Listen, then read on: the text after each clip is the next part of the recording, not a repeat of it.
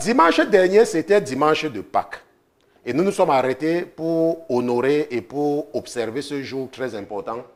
Et aujourd'hui, nous continuons notre marche avec le Seigneur.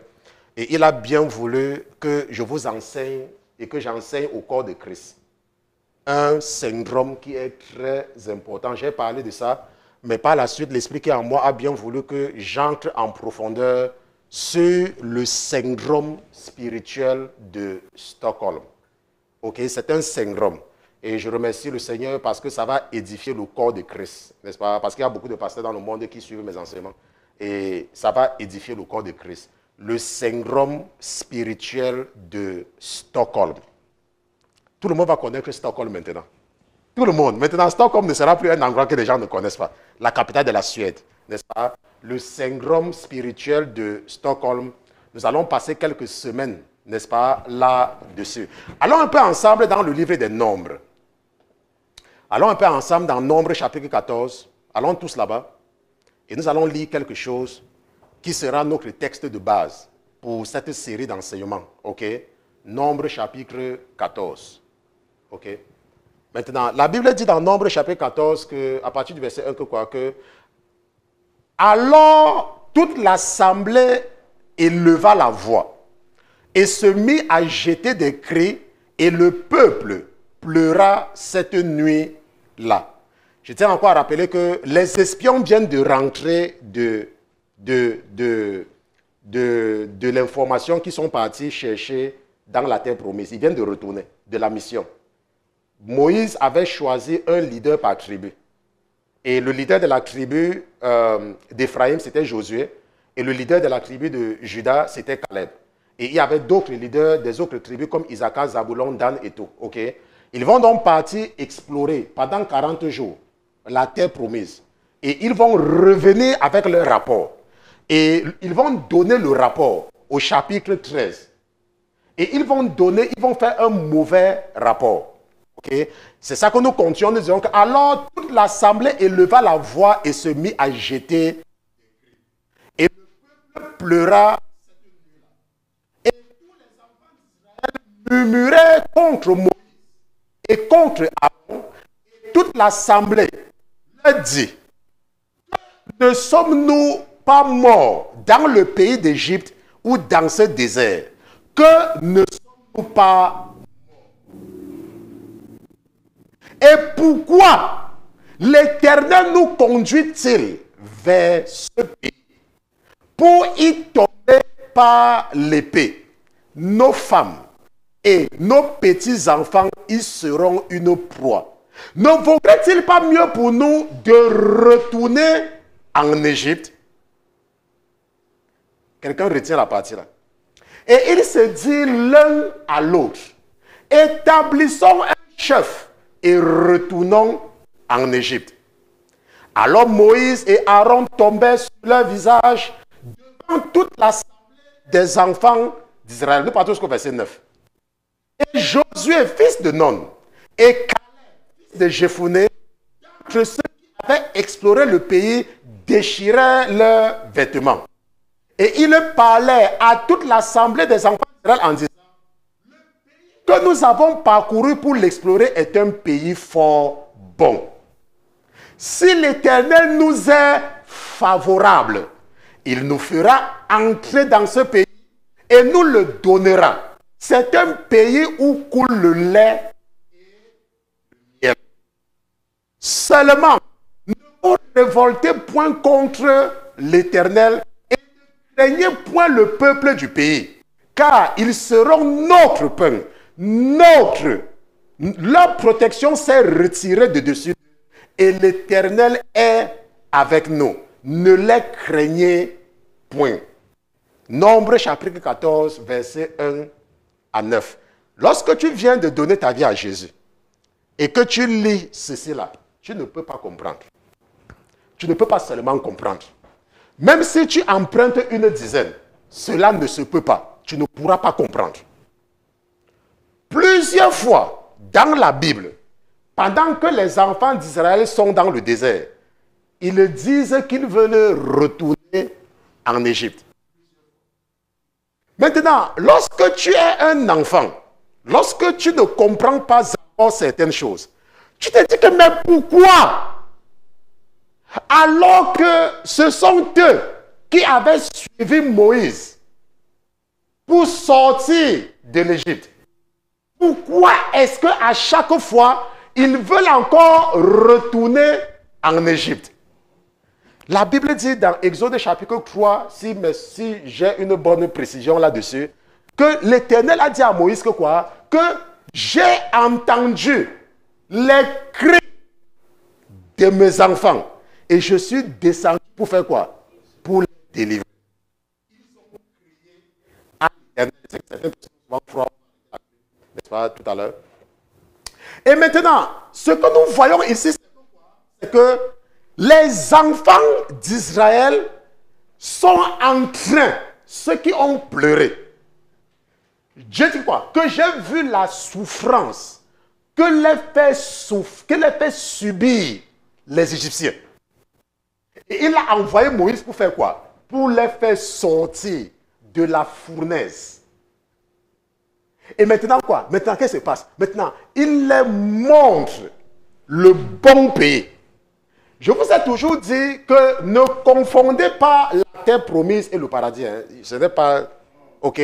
La terre promise, c'est la situation de stabilité. Quand on parle de ton Canaan, ça veut dire qu'à un moment donné de ta vie est stable. OK? Ça, c'est cette terre-là où coule le lait et le miel. Le paradis, c'est autre chose. Dieu n'a pas dit aux enfants d'Israël que je vous amène au paradis. Il a dit, je vous amène dans un pays grand et spacieux. Dans un pays où coule le lait et le miel.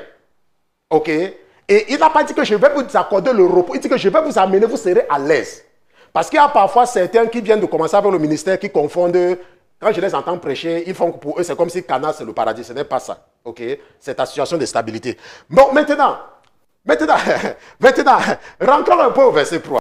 Rentrons un peu au verset 3. Parce qu'il dit qu'arrêtons-nous là-bas. Maintenant, la Bible dit que, et pourquoi l'Éternel nous conduit-il vers ce pays? Pour nous y faire tomber par l'épée. Pour faire tomber nos femmes et nos petits-enfants. Pourquoi? Pourquoi est-ce que l'Éternel nous a amenés ici? Pour que nos femmes et nos enfants deviennent des proies. Ne valait-il pas mieux pour nous, ou ne vaut-il pas mieux pour nous, de retourner en Égypte? Maintenant, si tu viens de donner ta vie à Jésus et que tu n'as pas encore rencontré, n'est-ce pas, certaines choses, tu vas te dire que, mais les gens savent même, ils veulent même quoi? Que leur problème c'est quoi? Maintenant, nous allons comprendre, parce que Dieu nous dit dans l'épître de Paul aux Romains qu'il nous parle par tout ce qui nous entoure. Tout ce qui nous entoure. Romains chapitre 1 à partir du verset 18. N'est-ce pas? Que dans tout ce qui nous entoure, il nous parle. Et il te faut avoir l'Esprit de Dieu pour comprendre. Pourquoi est-ce que ces gens-ci veulent retourner en Égypte?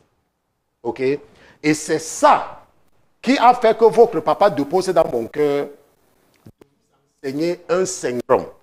Cela s'appelle le syndrome de Stockholm.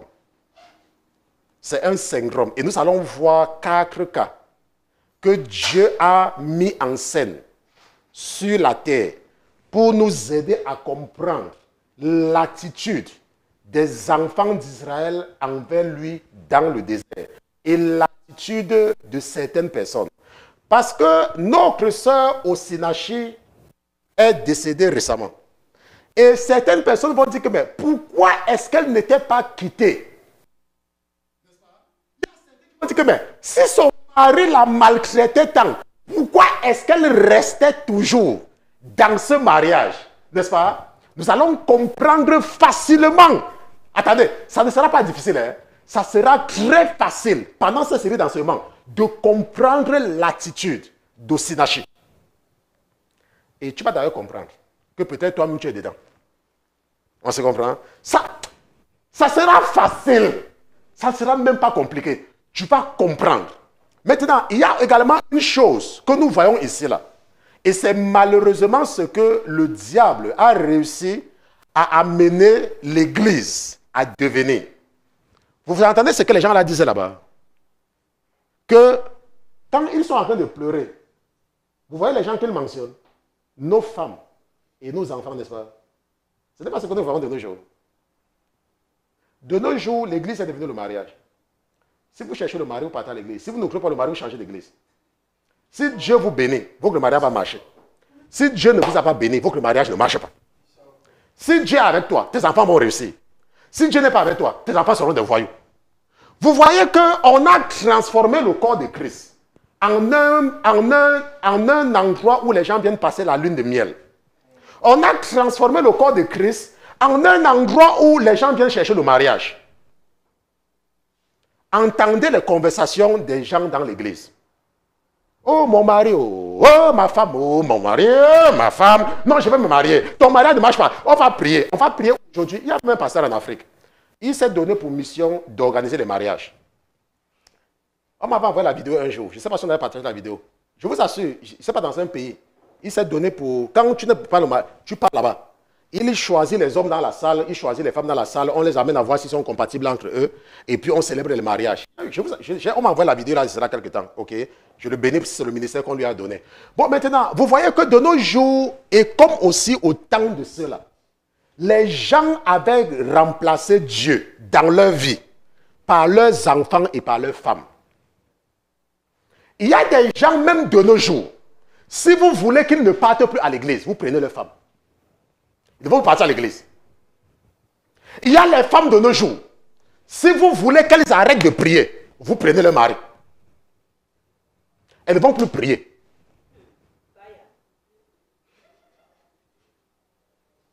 Pourquoi? Parce que l'église de Jésus est devenue un endroit où, comme ceci là, nos femmes et nos petits... Il y a un pasteur, il y a un délinquant, parce que lui c'est un délinquant, et je ne sais pas ce qu'on va lui faire, je ne sais vraiment pas, c'est un délinquant spirituel. Il m'a dit un jour que, pasteur Christian, changez la photo de votre profil et mettez votre photo avec votre femme. Que j'enlève le verset biblique qui a sur mon profil de WhatsApp et que je mets le profil, que je dois me mettre là avec ma femme. C'est comme ça que le profil d'un pasteur doit être avec sa femme. Hapa! J'ai dit hapa! Il y a une chanson que j'ai appris là-bas au Bénin. Pata, pata. Hey, gâté, gâté. C'était pata, pata, petit quoi encore là? Que complètement, totalement. Ah, que pata, pata. Il y a une petite fille, elle a passé le temps à nous suivre partout. Nous sommes partis chez la chère Rachel et on a demandé aux enfants de chanter. Il y a une petite fille, elle a commencé à chanter et la chanson terminait par pata pata. J'ai demandé, ça veut dire quoi? On me dit que gâté, gâté, tout, totalement, complètement, c'est ça. Ah, donc mes amis de Bassira et puis de Cotonou, n'est-ce pas, ils comprennent ce que je veux dire. Maintenant, vous voyez que ceux-ci-là ont vécu, il y a des milliers d'années, n'est-ce pas, leur comportement, on retrouve ça aujourd'hui. Nos femmes et nos petits-enfants. Nos femmes et nos petits... Et c'est classique. De nos jours, c'est comme ça dans l'église. Maintenant, nous allons comprendre ce qui s'est passé et comment Dieu nous aide à comprendre l'attitude de la sœur Osinachi et l'attitude de beaucoup de personnes qui sont actives. Beaucoup de personnes. Maintenant, le 23 août 1973, à Stockholm, le 23 août, c'était le 23 août, Je ne sais pas, le petit Ryan, il est à la régie là-bas. Il va certainement partager mon écran avec vous. Pour ceux qui nous écoutent, parce que vous ici, vous allez voir, n'est-ce pas, vous allez voir le 23 août. C'était le 23 août 1973. N'est-ce pas? Il y a un incident qui a eu lieu à Stockholm. Et Stockholm, c'est la capitale de la Suède. Pour ceux qui ne savent pas. N'est-ce pas? C'est la capitale de la Suède. Maintenant, ce 23 août-là, ce 23 août 1973, il y a un certain Ian. Je devais préparer tout cela, mais vous savez que je rentre d'un voyage. Je devais présenter les diapositives pour que vous suivez ça rapidement. Il y a un certain Ian Eric. J'ai écrit ça comme ça, c'est écrit comme ça, c'est son nom, c'est écrit comme ça en suédois, Olsson. Et retenez bien le nom de Olsson, parce que ça va beaucoup revenir. Ok? Le nom de Olsson va beaucoup revenir. Jan Erik Olsson. N'est-ce pas? Jan Erik Olsson c'était quelqu'un qui il avait violé la loi. Et on l'avait emprisonné. Et on lui a donné, parce que vous savez que les prisonniers, parfois, on peut leur demander de sortir pour un temps et de revenir. Ça existe dans tous les pays, n'est-ce pas? C'est la corvée ou quelque chose comme ça. Et il s'est donc évadé de prison. Et il n'est pas revenu comme on lui avait demandé de revenir. Il s'est évadé de prison. Jan Erik Olsson, retenez bien le nom là. OK? Maintenant, et ce 23 août 1960, il a acheté une arme automatique, une mitraillette. Et il va partir entrer dans une banque en Suède. N'est-ce pas? La banque qu'il va entrer, c'est la Sveriges Kreditbanken de Stockholm. La Sveriges, là, ça existe toujours. C'est une banque qui existe toujours. Il va donc entrer dans une branche de cette banque-là, ce jour-là. Et il va prendre des otages. Il va prendre 4 otages pendant cela. Et il va exiger une rançon de 700 000 $. En plus de ce qu'on libère son ami de la cellule avec qui il était en prison. On se comprend? Parce qu'il était en prison. Vous vous rappelez, je vous ai dit qu'il était en prison. Et il va donc demander qu'on le libère. Et son ami là s'appelait Clark. J'espère qu'on partage mon écran. Le petit Ryan partage mon écran avec les gens qui sont en ligne, n'est-ce pas? Donc vous devez partager mon écran et revenir sur la caméra. Donc son ami là s'appelait Clark Olofsson. C'est Clark Olofsson. Je vois, c'est Clark Olofsson. Il n'y a pas le O là, c'est 2 S-O-N. Donc il va exiger 700 000 $ de rançon et la libération de celui avec qui ils étaient dans la même cellule en prison. Et la police suédoise va accepter. Ça veut dire qu'en quelques heures, la police va lui remettre les 700 000 $ et la police va faire sortir de prison son ami de cellule, Clark.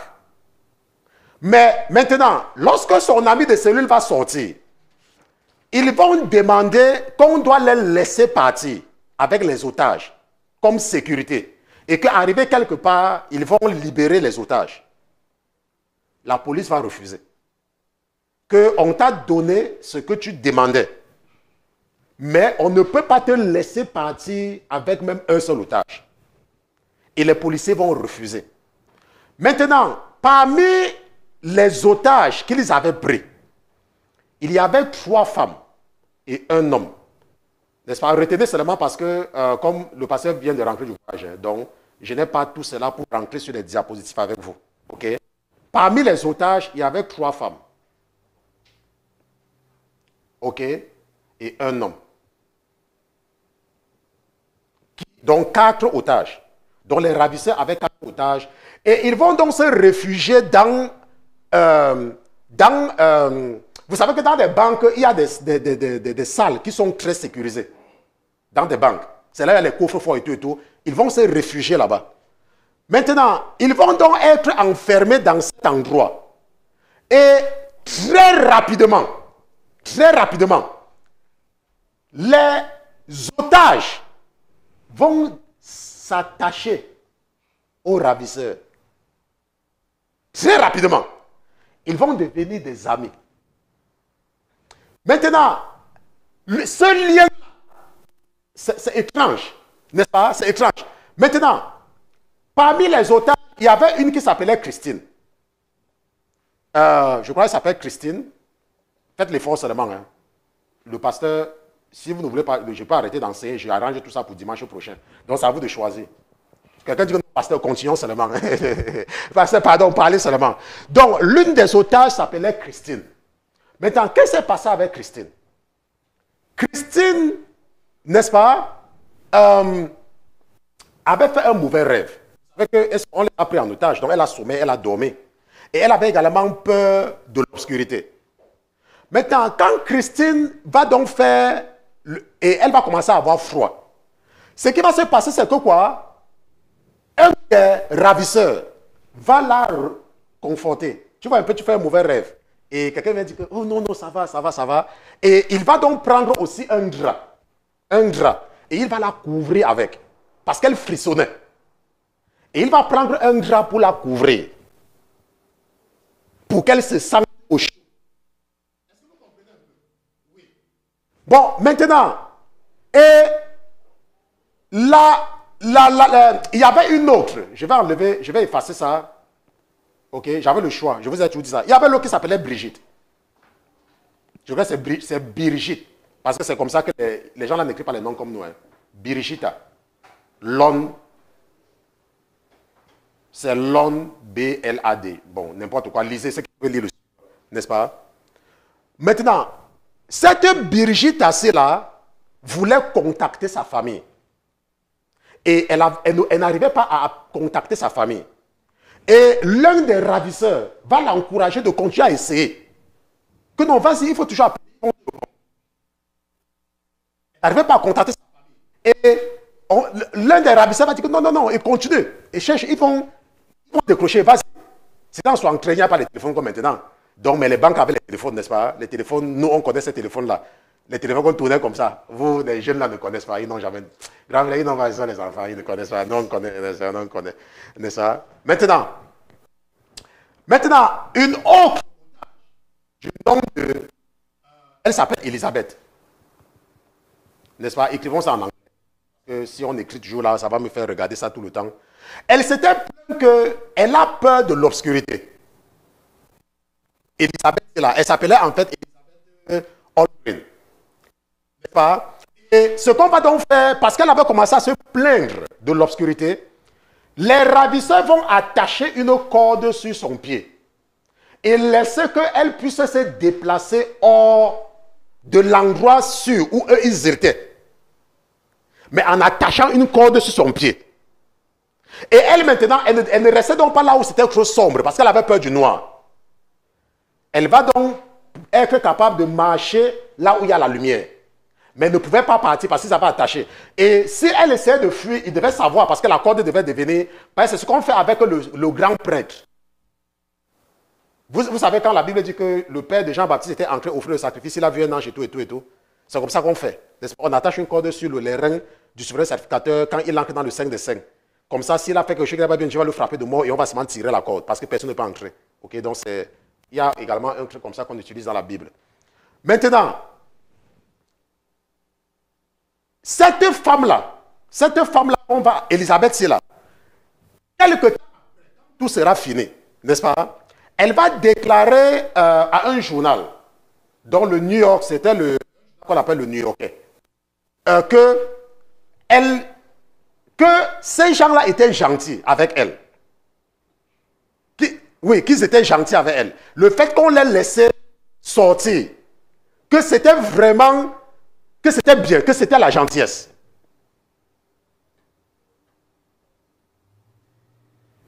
Maintenant, l'homme, le seul homme qui était parmi eux s'appelait Sven. Je vais écrire son nom. Parce que et eux, ils ont la mémoire pour retenir. Nous, que le cerveau est déjà beaucoup là, avec beaucoup de problèmes. Donc, c'est pour ça que je fais ça pour eux, n'est-ce pas? Il s'appelait Sven Säfström.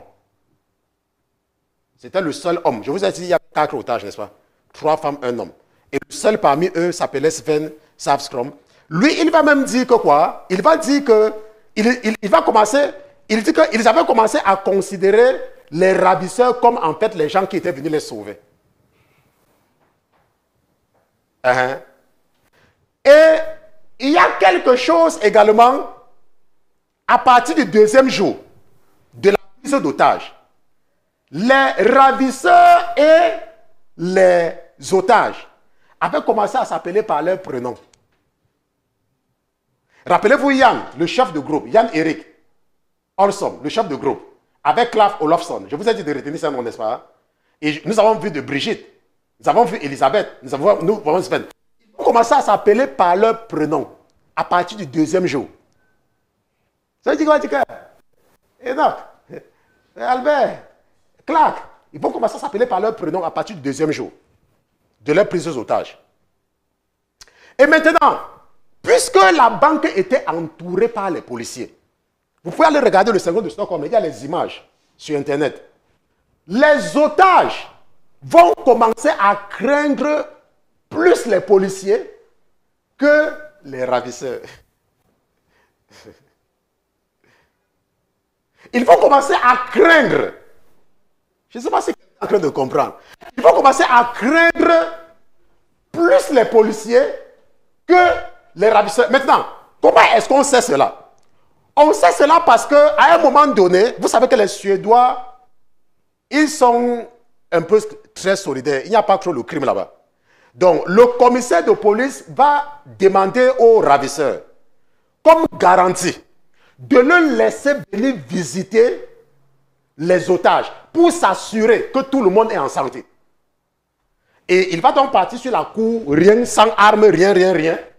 Et on va le laisser aller visiter les otages. Et quand il va partir visiter les otages, il va remarquer que les otages lui étaient hostiles, que les otages ne voulaient pas le voir. Les otages ne voulaient pas le voir. Les otages avaient peur de lui et étaient plutôt joviaux envers les ravisseurs. Et il va donc dire, quand il va sortir, quand il va revenir, qu'il ne pense pas que les ravisseurs peuvent faire du mal aux otages, qu'il ne pense pas. La façon qu'il a vu comment ils étaient joviaux entre eux, qu'il ne pense pas que les gens-là peuvent faire du mal. Et ça va si quelqu'un comprend. Rappelez-vous, nous sommes en train de parler d'un syndrome, le syndrome spirituel de Stockholm. Et vous allez comprendre, nous avons 4 exemples, nous avons quelques semaines à passer là-dessus. C'est pour ça que je ne vais pas aller vite. Pour que quelqu'un dise que oh, le pasteur n'a pas bien expliqué. Le pasteur est en train de bien expliquer. Ok? Maintenant, Christine Enmark, je vous ai parlé de Christine tout à l'heure. Enmark, rappelez-vous que c'était des employés de banque. Nous pouvons donc imaginer que parmi eux, il y avait des gens qui étaient de bonne famille. Et cette Christine-là, Lundberg apparemment avait un contact. Elle avait le contact direct. Je prends encore je vais écrire son nom. Je vais écrire son nom. Ok. C'est ça que vous voyez. Ok. Cette Christine-là, j'ai écrit ça tout à l'heure, mais c'est parti. Je crois que c'est Christine. Et ça s'écrit comme ça. Christine Enmark. Retenez le nom là aussi, Christine Enmark. Qu'est-ce qu'elle va faire? Elle va téléphoner au Premier ministre de Suède. Elle va plaider en la faveur des ravisseurs. Pourquoi? Parce que, rappelez-vous, je vous ai dit tout à l'heure qu'ils avaient demandé 700 000 $ de rançon, n'est-ce pas? Et la libération de Clark Olofsson. Je ne sais pas, vous vous rappelez. Rappelez-vous, il ne faut pas oublier le nom. Parce que si vous ne retenez pas le nom, quand je serai en train de parler, vous serez perdu. Et on lui avait donné les 700 000 $.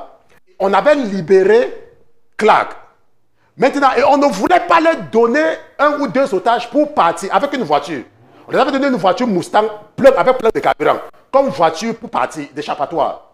Maintenant, et comme la police refusait, cette Christine-ci là va appeler le Premier ministre. Elle était parmi les otages. Et elle va plaider avec le Premier ministre que le Premier ministre doit demander à la police de permettre que Yann, Eric et Clark puissent avoir des otages pour partir avec. Elle va plaider en la faveur des ravisseurs. Christine Elmark. Et lorsqu'ils étaient menacés de blessures physiques, ça veut dire que même quand, parce que les otages exigeaient, ils avaient des exigences, et la police ne voulait pas. Et ils le menaçaient, ils disaient que on va tuer, on va tuer, on va tuer, on va. Maintenant, ce qu'on a vu, c'est que même lorsqu'on les menaçait physiquement, ils le trouvaient, ils voyaient encore de la compassion en leurs ravisseurs. À un moment donné, parce qu'ils étaient vraiment désespérés, ils voulaient qu'on les donne et qu'on les laisse partir. Ils vont dire, ok, nous allons tuer une personne. Nous allons tuer une personne. Et ils vont dire, ok, on va tirer sur le pied d'une personne et vous allez voir qu'on ne rit pas. Et ce qu'on est en train de dire, c'est que les otages, deux des otages s'étaient portés volontaires pour qu'on tire sur les pieds. Pour montrer à la police qu'ils ne blaguent pas. Et même le simple fait de tirer seulement, ils ont dit que si c'est seulement au pied, il n'y a pas de problème. Si c'est seulement au pied qu'on tire, c'est toujours de la gentillesse.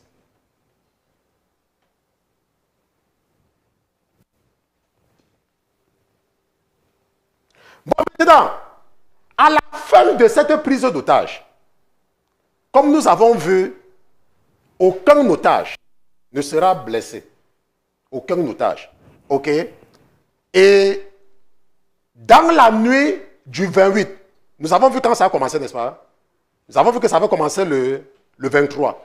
Donc le 28, 5 jours plus tard, dans la nuit, les policiers vont donc passer à l'assaut final. Ils vont profiter du fait qu'ils sont déjà fatigués. 5 jours sans dormir, ce n'est pas petit. Et ils ont déjà certainement faim. Ils vont donc lancer les gaz lacrymogènes dans la banque et les otages les ravisseurs vont se rendre. Bon, maintenant, lorsque ils vont lancer les gaz lacrymogènes, ils vont exiger que les otages sortent les premiers. Les otages vont refuser.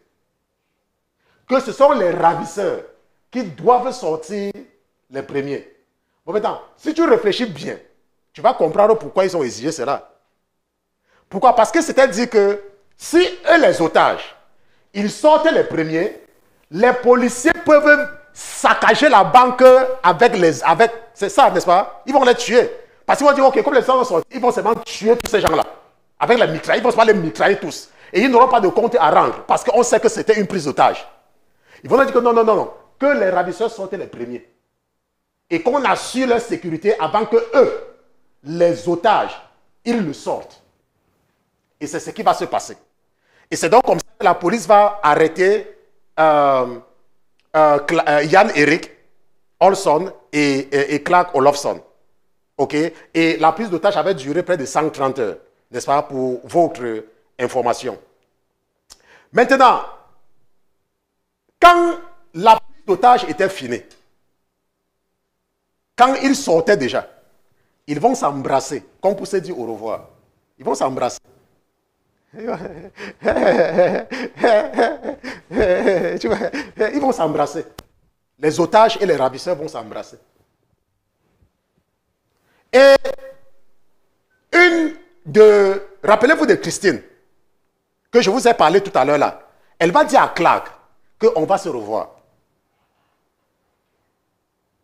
Christine, que vous avez dit qu'elle a appelé le Premier ministre, n'est-ce pas? Elle va dire à Clark, on va se revoir. Ne te dérange pas, on va se revoir. Et le lendemain de sa libération, une des otages va rencontrer un psychiatre. Et elle va demander au psychiatre, mais pourquoi est-ce que je n'ai pas... Voilà, ce qu'elle va dire exactement, c'est que pourquoi est-ce que je ne les déteste pas? Parce qu'elle ne les détestait pas. Elle n'avait pas... Elle ne ressentait pas la haine. Elle ne ressentait pas... Elle ne les détestait pas. Et ça va elle-même, ça va la surprendre. Et elle va demander à son psychiatre que mais pourquoi est-ce que je ne les déteste pas? Après tout ce qu'ils ont fait là, pourquoi je ne les déteste pas? Donc même après le retour de Lofson et de Hobson en prison, les otages là vont commencer à leur rendre visite. En prison. Ils vont passer quelques années derrière les barreaux, n'est-ce pas? Et il y a un qu'on va commuer sa peine. Olofsson, celui qu'on avait retiré, qu'on avait demandé qu'il vienne là, lui, on va, à la cour d'appel, va le libérer. Mais l'autre, le chef de gang, il va rester en prison et il sera seulement libéré en 1980, 7 ans plus tard. Et quand il sera libéré, il va épouser l'une des femmes, n'est-ce pas, qui lui a envoyé les lettres d'admiration quand il était en prison. Ça veut dire que quand il était en prison, quand ils étaient en prison, il y a des gens qui les envoient les lettres d'admiration. Et quand il va sortir de prison, il va donc épouser une de ces femmes-là. Mais comme il ne pouvait plus rester en Suède, il va décider d'aller s'installer en Thaïlande en 2009. Donc, il va le libérer en 1980, mais je pense que pour certaines raisons, il va décider plus tard à aller s'installer en Thaïlande. Et c'est à partir de la Thaïlande qu'il va écrire son livre intitulé « Le syndrome de Stockholm ». Jan Erik, il va écrire un livre, son autobiographie, où il va tout raconter. C'est pour cela que nous sommes en train d'étudier le syndrome spirituel de Stockholm. Ça, c'est le premier cas d'école. Maintenant, je sais qu'il y a beaucoup parmi vous qui êtes très intelligents et vous avez compris. Maintenant, ce que vous devez comprendre, c'est que ce que le syndrome de Stockholm est en train de faire ressortir, c'est comment est-ce que les captifs peuvent s'attacher à leur bourreau. Comment est-ce que les captifs peuvent s'attacher à leur bourreau? Et si tu es engagé dans le ministère de la délivrance, ou alors si tu veux encourager quelqu'un, tu dois être capable de comprendre le syndrome spirituel. Tu dois comprendre le syndrome de Stockholm. Pourquoi? Parce que parfois, tu peux voir une personne qui souffre dans une situation. Toi, tu vois.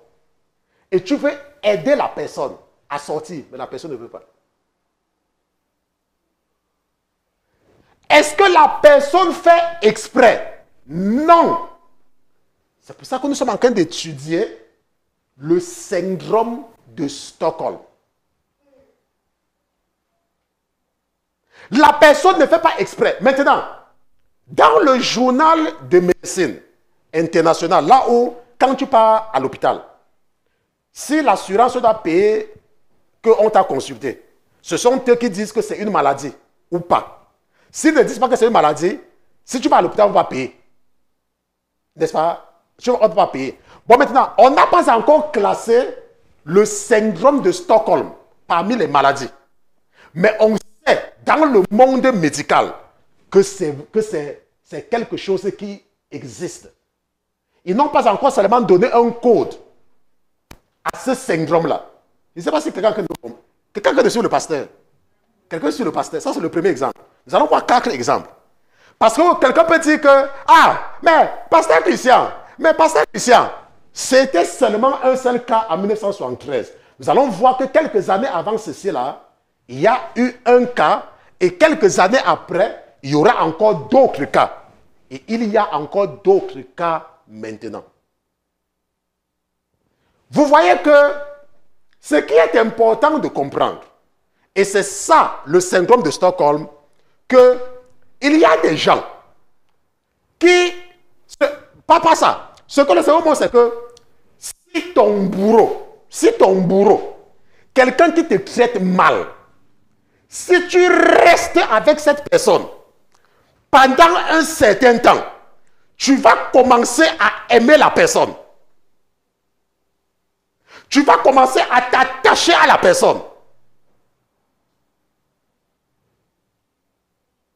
alors que la personne, en fait, te traite mal.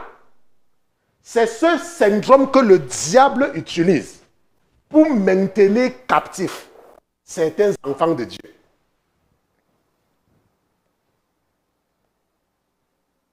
Parce que si vous avez bien observé, lorsque nous parlions de Christine Enmark, qu'est-ce que je vous ai dit? Qu'à un moment donné, elle frissonnait. Et l'un des ravisseurs va la couvrir. Ça veut dire quoi? Ça veut dire que quelqu'un peut te maintenir captif. Mais le simple fait que parfois il te rationne. Parfois il te donne l'argent de la ration. Tu ne vois pas que dans la réalité, il est en train de te faire souffrir. Je ne sais pas si quelqu'un est en train de voir ça. Quelqu'un ne voit pas. Parfois, tu peux être avec un homme, peut être avec une femme qui a les mauvaises habitudes. Mauvais. En fait, même c'est une sorcière. Mais, comme parfois, quand il a froid, il peut partir à Jérusalem avec elle. De temps en temps, partir à Jérusalem. De temps en temps. Il commence à avoir de l'affection envers elle. Pourquoi? Parce que de temps en temps, il part où? À Jérusalem. Et il s'attache à elle. Ce n'est pas parce que c'est une bonne femme. Ce n'est pas parce qu'elle le traite bien. Non, c'est parce que, comme avec le cas de Christine Enmark, elle avait froid. Et l'un des ravisseurs, les ravisseurs, l'ont couvert avec quelque chose. Et a résolu le problème qu'elle avait là. Le problème qu'elle avait là. Ça veut dire quoi? Ça veut dire que tu peux être dans un mariage parce que tes parents sont pauvres. Écoutez bien. Parce que tu sors d'une famille pauvre. Et tes parents sont pauvres. Et c'est à peine qu'on prépare chez vous. Et un bourreau vient te faire la cour. Et quand tu es chez lui, il te fait souffrir. Mais tu restes parce que de temps en temps, il te rationne et que c'est lui qui te permet de vivre sous un toit.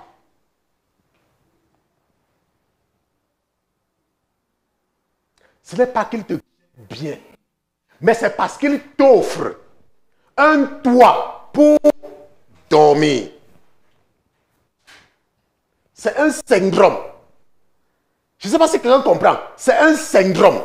Le syndrome de Stockholm. Maintenant, rappelez-vous que lorsque les enfants d'Israël arrivent à Kadès, et qu'on leur fait le rapport, pourquoi est-ce qu'ils veulent retourner en Égypte? Maintenant, pour vous, je sais que mes élèves, nous on fait challenge biblique chaque année. Donc, tous ceux qui me suivent depuis des années ont déjà lu la Bible au moins une fois. Maintenant, qu'est-ce qu'ils disaient tout le temps quand ils veulent rentrer? Ils disaient quoi? Que là-bas, au moins, on avait quoi? Les oignons, non? Ils ne disent pas que là-bas, au moins, on avait les oignons. Ce n'est pas ce qu'ils disent. Ils disent que pourquoi est-ce que tu nous as fait sortir pour venir nous donner la même nourriture ici, alors que là-bas, on avait au moins de la viande. On avait au moins les oignons, le poireau. Pourquoi est-ce que tu nous as fait pour venir nous donner la même nourriture ici? Mais qu'est-ce que nous savons? Nous savons que Dieu était en train de les aider dans un pays grand et spacieux. Mais le syndrome de Stockholm, ils ont commencé, ils s'attachaient aux Égyptiens parce que les Égyptiens leur donnaient un peu. Vous allez voir qu'avant la mort d'Osinachi, parce que maintenant, beaucoup d'hypocrites vont sortir des crocs. Beaucoup d'hypocrites. Vous savez que ce sont les hypocrites, les opportunistes. Ils vont sortir des crocs. Qu'est-ce que nous entendions avant la mort d'Osinachi? Oh, le mariage, il faut supporter. Il faut supporter. Tous les mariages sont comme ça. Tous les mariages sont comme ça. Tous les mariages sont comme ça. Maintenant, j'ai prêché un temps ici, là. Depuis un temps même, je prêche la même chose. Je n'ai jamais changé mon message. Quand le Seigneur ne m'avait pas encore donné une certaine expérience, parce que la vie, c'est l'expérience. Je suis dedans, ça fait 12 ans. Donc, ce que je faisais il y a de cela 5 ans, ce n'est pas la même chose que je vais faire maintenant après 12 ans, n'est-ce pas? Donc, l'expérience vient. Quand une femme venait vers moi, parce que j'ai quand même reçu ce don-là, si une femme n'accouche pas, elle vient me voir, je vais prier pour elle, elle va accoucher. De toutes les façons, je ne sais pas comment ça se passe, mais c'est quand même que c'est comme ça. Maintenant, quand une femme venait vers moi, oh, pasteur Christian, on m'a dit que je peux vous parler. Je dis que par rapport à quoi? Oh, pasteur, je n'accouche pas. Je dis, ok, bien, je vais prier pour toi, tu vas accoucher. Vous savez ce qu'elle fait maintenant? Quand une femme vient me voir qu'elle n'accouche pas. Première question, tu es mariée depuis combien de temps? Elle me dit, oh, pasteur, ça fait 1 an. Je dis qu'attends encore. Je lui dis qu'attends encore. Qui t'a dit que l'homme que tu as épousé là, c'est ton mari? Attends encore. Pourquoi? Parce que c'est facile. Quand ça se gâte, il n'y a pas d'enfant. Quand il n'y a pas encore d'enfant. Quand il n'y a pas encore d'enfant là, tu me connais, tu m'as vu, je t'ai vu. D'abord même, tes chaussettes sont trouées. Oui, toi-même aussi, ta tête est comme ça, machin truc. Après, vous vous insultez, chacun dit ok, pas chez ton père, l'autre dit pas chez ta mère. Quand il n'y a pas d'enfant, l'autre là, hein, c'est facile. Mais s'il y a même seulement même un enfant même qui a la maladie, viens voir quelque chose. Si toi tu veux sortir, on va dire que tu veux sortir parce que l'enfant est malade. Si l'autre veut sortir, si l'enfant n'est pas malade, on va seulement dire que l'enfant va alors faire comment? Comme si les enfants de Sinachi font quelque chose maintenant. Les enfants de Sinachi, n'est-ce pas? Elles ont encore une mère, n'est-ce pas? Ils ont une mère. Ils ont encore un père. Vous savez ce qu'on a fait avec lui l'autre jour? On l'a parlé devant le responsable de la police du Nigeria, en présence du ministre de la Culture, qui est une femme. Et on a dit qu'on va faire de lui l'exemple pour tous les hommes du Nigeria. La façon qu'on va le condamner là. Maintenant, ces enfants-là, ils auront encore un père, ils auront encore une mère. Les enfants-là vont faire quoi maintenant? Ces enfants vont devenir quoi maintenant? Mais au moins, si la mère était encore là, dans sa vie, il devait encore avoir un père, n'est-ce pas? Même si c'est pour partir chez celui-ci une semaine, aller chez l'autre une semaine, non? Maintenant, ils ont combien? Quand une femme vient me voir maintenant, oh, pasteur, je n'accouche pas. Première question, ça fait combien de temps que vous... Pourquoi? Parce que c'est comme ça que les jeunes filles blanches intellectuelles se comportent. Regardez une jeune fille blanche qui vient de se marier. Elle ne fait pas comme les Africaines. Hein. Elle ne court pas pour aller faire les enfants. Hein. Regardez la jeune fille blanche. Elle va se marier. Tu lui dis que, oh, tu accouches quand? Elle dit que c'est toi qui vas venir t'occuper de mon enfant. J'attends encore. Mais voyez un peu en Afrique, quand une fille se marie, qu'elle tente de se marier après 1 an, elle n'est pas encore enceinte. Venez voir quelque chose. Oh, elle n'accouche pas, elle n'accouche pas, elle n'accouche pas. Même les chrétiennes tombent dans le piège. Même les chrétiennes. Les chrétiennes ne vont pas voir que quand Isaac a épousé Rebecca, ils ont fait 20 ans de mariage sans enfant. Aucun pasteur africain ne va prêcher ça. Aucun pasteur africain. Oh, elle n'a pas accouché. Elle est stérile. Laissez-moi vous dire quelque chose. Moi, je suis un pasteur. Et nous, les pasteurs, nous avons... Les gens nous disent beaucoup de choses parce que nous avons le devoir de confidentialité. La plupart du temps, quand une femme n'accouche, ce n'est pas seulement la femme. Hein. Sur 10 cas où l'homme n'accouche pas avec la femme, le problème, c'est l'homme. Hein. Mais comme les femmes sont devenues des victimes en Afrique, on accuse toujours la femme de ne pas accoucher. C'est la femme qu'on accuse toujours. Maintenant, si nous regardons et nous observons l'attitude des otages de Jan Erik Olsson et de Clark Olofsson, nous sommes en train de voir que, au départ, les ravisseurs ne connaissaient pas les otages. Ils ne se connaissaient pas, n'est-ce pas? Maintenant, Et quand ils sont venus, au départ, je dis bien, quelqu'un dit au départ. C'est important, hein? Le départ là. Au départ, ils sont sûrs que c'était de mauvaises personnes. Au départ.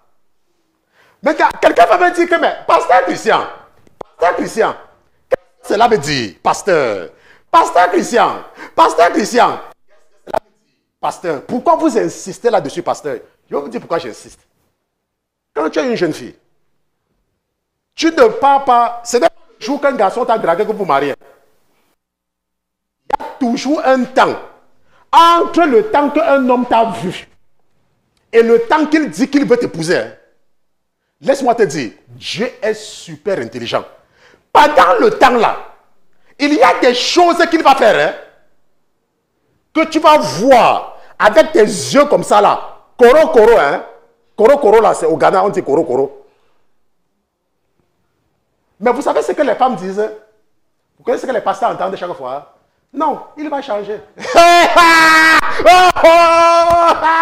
Il va changer.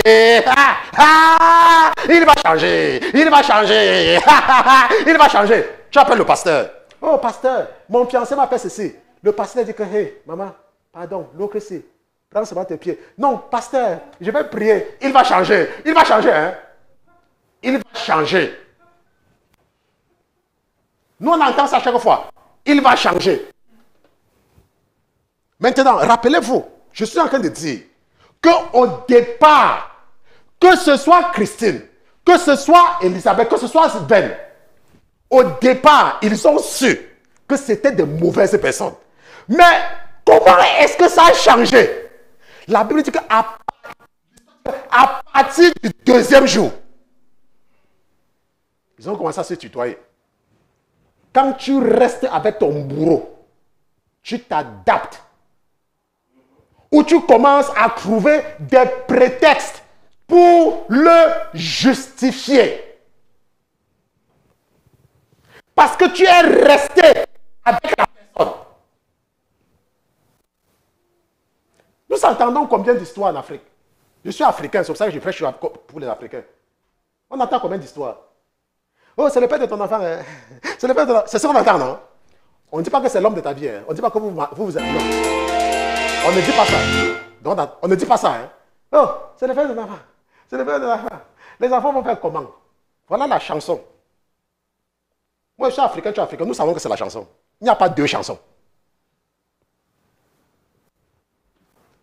Une fille blanche, une jeune fille blanche qui a fréquenté, si elle commence à sortir avec toi, tu la touches même seulement que tu la... Le lendemain, quand tu l'appelles, son téléphone ne passe plus. Je vous dis la vérité, son téléphone ne passe plus. Elle ne va plus jamais décrocher ton téléphone. C'est fini comme ça. Puisqu'il n'y a encore aucun attachement entre vous. Et ça sera donc facile pour toi de supporter la séparation. Il n'y a pas encore d'attachement.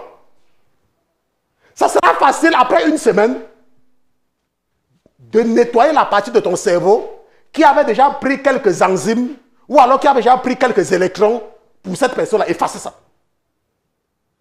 Mais ce que nous entendons des femmes, je ne parle pas de toutes les femmes, hein, parce qu'il y a les femmes qui sont intelligentes. Il y a les femmes qui sont intelligentes. Il y a un jour, je parlais avec une fille, elle avait dit que pasteur pour l'autre là, hein, lui il sait déjà. Je lui avais dit que le jour qu'il essaye de me toucher avec sa main, on va lui dire qu'on s'est salué un jour. Il ne va pas savoir que c'est moi. Parce qu'il ne va même plus jamais me voir. Non, il y a les filles qui sont... Vous savez qu'il y a des filles elles sont bêtes comme les pierres. Elles sont bêtes. Mais il y a les filles qui sont intelligentes. J'ai toujours respecté l'intelligence des femmes. Il y a les femmes qui sont intelligentes.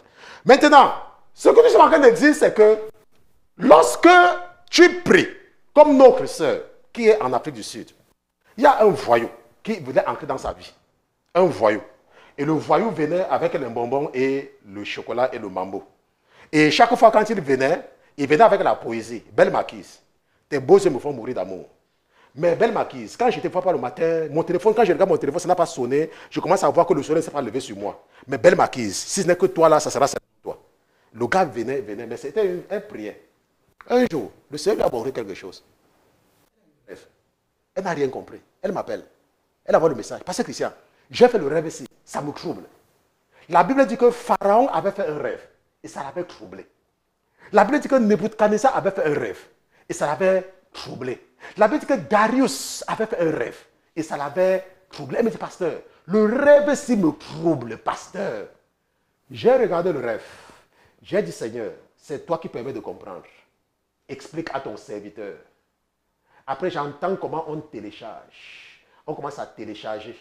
J'ai dit à la fille, je ne connais pas quelle est la personne que j'étais fait à l'hôpital avec la personne là. Puis elle ne m'a pas dit que c'est son... Elle ne m'avait pas dit. Elle m'a donné le rêve. J'ai dit que moi, je ne connais pas la personne. Hein. Mais ce que je vais te dire, c'est que cette personne-là, que le Seigneur t'a montré là, ne connaît pas s'occuper des femmes. Il ne connaît pas s'occuper des femmes. Vous savez qu'il y a les hommes qui savent s'occuper des femmes, non? Et vous savez qu'il y a les hommes qui savent s'occuper des femmes, non? Je vous ai dit que je connais. J'ai grandi dans une maison pleine de femmes. Je suis le dernier garçon d'une famille qui a 26. Donc, je connais. Mes soeurs m'envoyaient toujours pour aller souquer les hommes. Je dis que va demander l'argent à telle personne. Je viens, va demander aussi l'argent à telle. Donc, je connais les femmes. Je les connais. Puisque j'ai grandi dans une maison pleine de femmes.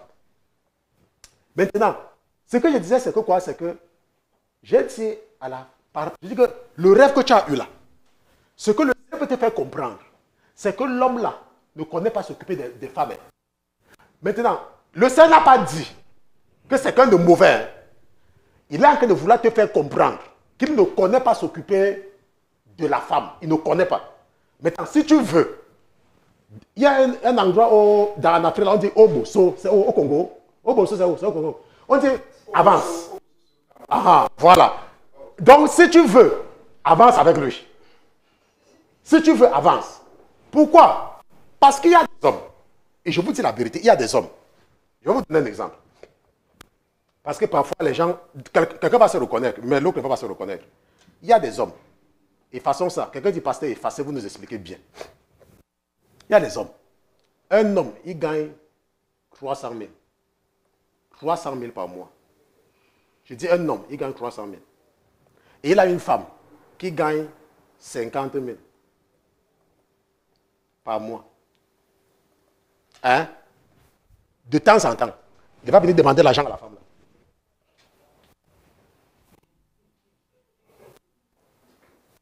Mais le frère rit parce qu'il ne sait pas que c'est vrai. Hein?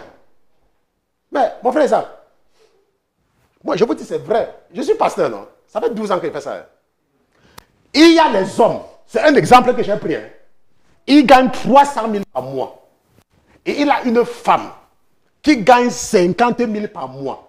Et il vient demander l'argent à la femme souvent. Il ne dit pas que non. Les 50 000 là, laisse-la avec. Qu'elle fasse ce qu'elle veut faire avec. Et on s'occupe. Non, il va venir demander. C'est ça qui dit qu'il y a les hommes qui ne savent pas s'occuper des femmes. Et c'est le genre là que Dieu avait révélé à la sœur. Et je lui ai dit que celui-là, il ne connaît pas ce peu d'une femme. Donc si tu veux continuer avec lui, tu continues. Ok? Bon, maintenant, est-ce que, comme dans le cas de Clark et de Ian, et de Sven, ou bien de Christina, ou bien de Enmark, est-ce que Dieu ne te donne pas le premier signe dès le départ? Est-ce que c'est encore le temps pour toi d'arrêter? Maintenant, si tu n'arrêtes pas, à partir du moment où tu vas faire une semaine, même si ton bourreau t'a seulement amené au glacier moderne pour t'acheter la glace que toi-même tu peux acheter, qu'est-ce qui va commencer à se passer? Bam! Le lien va commencer à s'établir. Bam! Le lien commence à s'établir. Bam! Ça a commencé. Mais tu as fait l'erreur. Comme beaucoup de femmes ont fait l'erreur. Et c'est une erreur, c'est tout à fait normal. Il y a des erreurs. Je suis entré dans une maison, je dis qu'il n'y a pas d'erreur dans la vie, mais il y a des leçons à tirer. Faites donc l'erreur que le jour que vous partez à Jérusalem ensemble, là, c'est un mauvais moment pour toi. Et que l'enfant se présente. Viens voir quelque chose, comment on va t'attacher. Ça dit que la société va t'attacher à ton bourreau. La société va t'attacher à ton bourreau. Ça va t'attacher. Tu vas tourner comme ça. On dit la mère de ton enfant, tu vas tourner comme ça. Le père de ton enfant, tu vas faire comme ça. Même si l'enfant là naît avec la maladie, même si l'enfant là naît étant fou. On va dire que parce que l'enfant là naît fou, c'est ça que tu n'aimes pas l'enfant là, c'est ça que tu veux fuir. On va trouver un moyen pour t'attacher dedans. Nous allons nous arrêter ici dans la première partie. Je vous ai dit qu'à 4. Le cas de Jan Erik Olsson de la Suède en 1973. C'est-à-dire que nous allons voir comment une jeune fille qu'on a kidnappée va s'associer à ses ravisseurs et aller braquer une banque. Peut-être vous restez comme ça, là, vous ne comprenez pas pourquoi certaines mamans qui ont souffert dans le mariage encouragent les filles. Hein. Vous croyez que Dieu fait ça pour vous? Vous allez voir une femme que son mari boxe. Elle est dans un mariage où on boxe sa fille. Elle encourage sa fille dedans. Vous croyez que Dieu ne connaît pas ce qu'il raconte? Nous allons voir le cas de cette jeune fille-là la semaine prochaine. Et elle, là, on va la mettre en prison. Hein. Ce n'est pas parce qu'elle sera sur le syndrome de Stockholm qu'elle va faire ça et on va la pardonner. Hein. C'est le président américain qui va lui accorder le pardon. Pour elle. Et nous allons voir son cas dimanche prochain si le Seigneur le veut bien. Nous allons nous lever, nous allons prier. Nous allons nous lever, nous allons prier.